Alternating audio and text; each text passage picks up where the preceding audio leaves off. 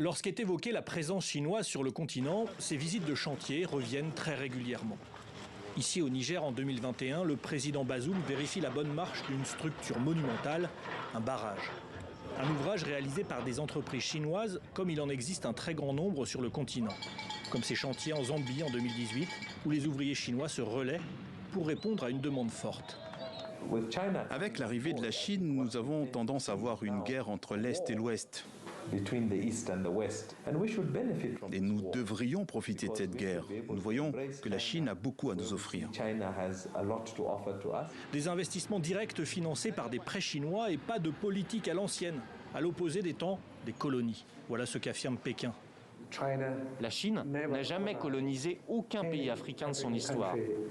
Au contraire, tous les défis auxquels les pays africains sont aujourd'hui confrontés en matière de développement ont leur origine dans le passé colonial.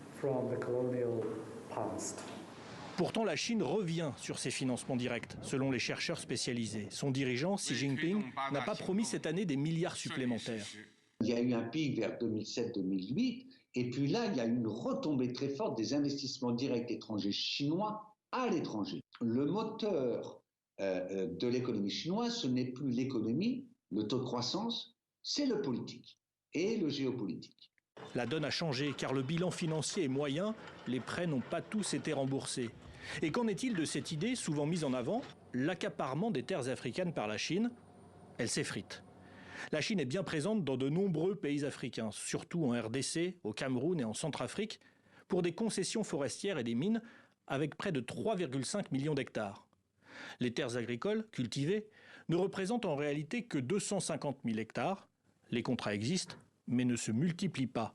Un recul depuis 10 ans, même si les accords restent signés avec contrepartie, tendance gagnant-gagnant. Il y a un cas au Congo où la Chine avait eu accès à un contrat pour construire une route et en contrepartie, il y avait dans la négociation l'accès donc à 250 mètres d'exploitation de bois de chaque côté de la route, avec export bien sûr vers la Chine. Donc il y a souvent cette combinaison de développement infrastructure et d'accès ensuite aux ressources naturelles. L'Afrique reste attractive, mais la lutte pour le respect des droits fonciers la rend moins facile d'accès. Le projet chinois tendrait maintenant vers la coopération technologique, le partenariat politique avec l'Afrique. Le but, gagner des alliés parmi les 54 pays du continent.